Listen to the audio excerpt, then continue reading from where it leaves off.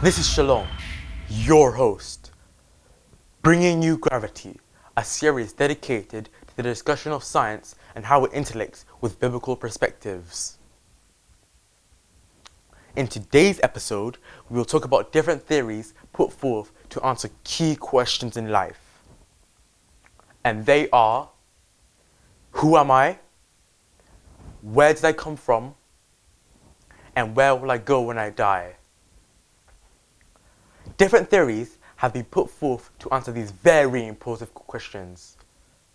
I will discuss three theories, and they are evolution, gap theory, and young Earth creation.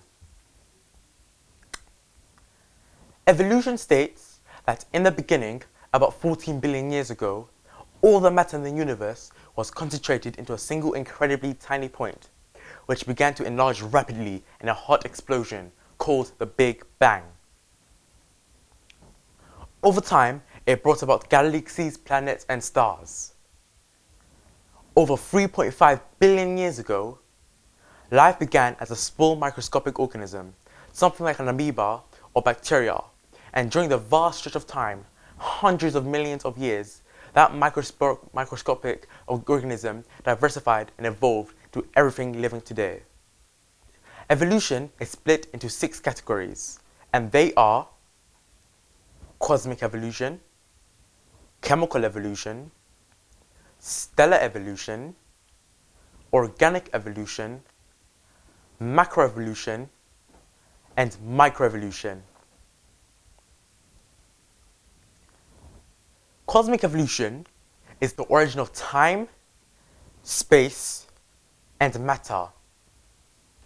This theory proposes that the universe is a result of a random explosion over 14 billion years ago. Is there any order coming out of a big explosion? Explosions cause chaos and random distribution of various parts. There is no evidence, as we'll see later episodes, that an explosion, or even the Big Bang, can ultimately produce organized entities, let alone life as we see it today. Chemical evolution is the formation of complex organic molecules from simpler inorganic molecules through chemical and physical processes that eventually allowed the first autocatalytic, self-reproducing molecule to exist. Again, as we'll see later on, it's impossible to explain the origin of life with the working of chemistry and physics alone. Stellar evolution is where stars and planets are formed from gas clouds. Organic evolution is where life begins from non-living matter through mutation and natural selection.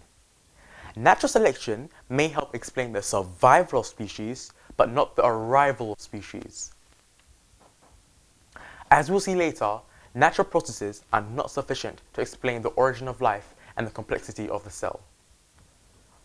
Macroevolution refers to the major evolutionary changes over time, the origin of new kinds of organisms from previously existing ones.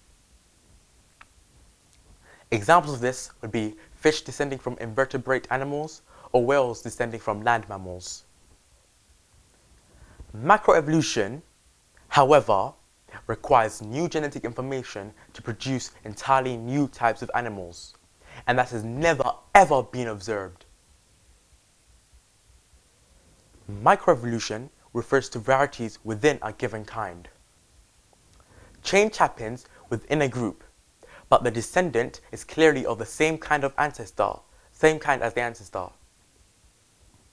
Such changes might be accomplished by natural selection, in which a trait within the present variety is selected as the best for a given set of conditions, or accomplished by an artificial selection, such as when dog breeders produce a new breed of dog. Microevolution does not conflict with the biblical account of creation. Genesis 1 verse 11 says, "Then God said, let the earth bring forth grass, the herb that yields seed, and the fruit tree that yields fruit, according to its kind, whose seed in itself on the earth, and it was so. Another theory used to answer the three key questions in life is the gap theory.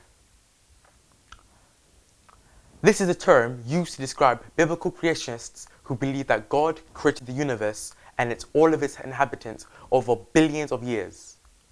According to this concept, Genesis verse 1 describes the initial creation of the universe. Following this, the standard event of cosmic evolution took place, which eventually produced our solar system and life on Earth. But then a devastating global catastrophe occurred, destroying all life on Earth and leaving a vast fossil graveyard everywhere. This situation is then said to be what happened in Genesis 1 verse 2. And the earth was without form and void, and darkness was upon the face of the deep. The catastrophe is thought to have occurred as a result of the rebellion of Satan and his angels against their Creator in heaven, with God then casting them out of heaven to the earth. Those who advocate the gap theory agree that the 6 days of creation were literal days, but they interpret them only as days of recreation, with God creating again many of the kinds of animals and plants destroyed in the catastrophe. The gap theory was developed mainly for the purpose of accommodating the great ages demanded by evolutionary geologists. Assumptions of the gap theory. 1. The gap between Genesis verse 1 and 2 lasted billions of years and provided all the necessary time for strata to be laid, fossils to be encased, and coal to form, and so forth. 2. They believe the verse saying the world was without form and void was a result of God's judgment, as a result of Satan being cast down from heaven. On the contrary, the phrase without form and void does not mean chaotic, but empty and unformed, and that creation was not yet finished. 3.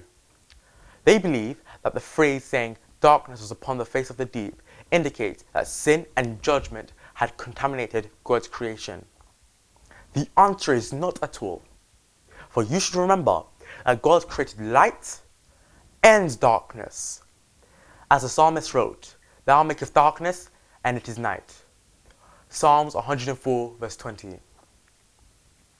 So just as the day has various purposes, so darkness or night has its purposes as well. The last theory to answer the three key questions in life is young earth creation. This is a religious belief that the universe, earth, and all life on earth was created by direct acts of God during a relatively short period of time, between 6,000 to 10,000 years, in 6 literal 24-hour days. I believe in young earth creation because it agrees with the biblical account. Problems with the gap theory. 1. The first problem is that the theory is inconsistent with God creating everything in 6 days, as the scripture states. Exodus 20 verse 11 says, "For in 6 days the Lord made the heavens and the earth, the sea and all that is in them, and rested the 7th day." 2. The second problem of the gap theory is that it puts death, disease, and suffering before the fall, contrary to the scripture. Romans 5 verse 12 says, "Therefore, just as sin entered the world through one man, and death through sin, and in this way death came to all men. Therefore, we can understand that there could not have been any human sin or death before Adam, like the gap theory states." It also contradicts 1 Corinthians 15 verse 21. 3. The third problem is that it contradicts what God said in Genesis 1:31. God saw all that he had made was good. How could a supposed gap involving disease, violence, death, decay be described as very good? 4. Another problem is that it makes God look clumsy. What kind of God would he be if he needed millions of billions of years of death and suffering, trial and error, misfits and mutation before he ever got it right. 5. The gap theory says that Satan fell before day 7 and violates Genesis chapter 1 verse 31 and Ezekiel chapter 28 12 to 15. 6. Was Satan already the god of this world when God gave Adam dominion over the earth? Genesis chapter 1 verse 26 to 28. 7. Lastly, how did the world exist and evolve for billions of years without the sun? This theory is without any scriptural justification, is unscientific, and is unnecessary. To start this episode, I pose 3 key questions that affect every human being. They are, who am I? Where did I come from? And where will I go when I die? What you believe about where you came from affects your ideas about the meaning of life and how you live it. If we are a result of a cosmic accident, therefore there is no reason or purpose to life. That is, if you believe in evolution, you and your worth amount to nothing and you will simply return to nothing when you die. On the contrary, if you believe there is a creator, then you are a special being and God brought you here for a purpose. Hence, you have to find that purpose and do it. Jeremiah chapter 33 verse 3 says, "Call to me and I will answer you, and I will tell you great and mighty things which you do not know." There is so much God wants to tell us about himself and teach about his ways. And he asks us to call to him so that he will tell us great and mighty things. Jeremiah chapter 29 verse 13 says, "You will seek me and you'll find me when you search for me with all your heart." When we seek God with all our heart and call up to him in truth and search for him with eagerness from his words, we will surely find him. May God give us the desire to know great and mighty things about him. Thank you for watching this video.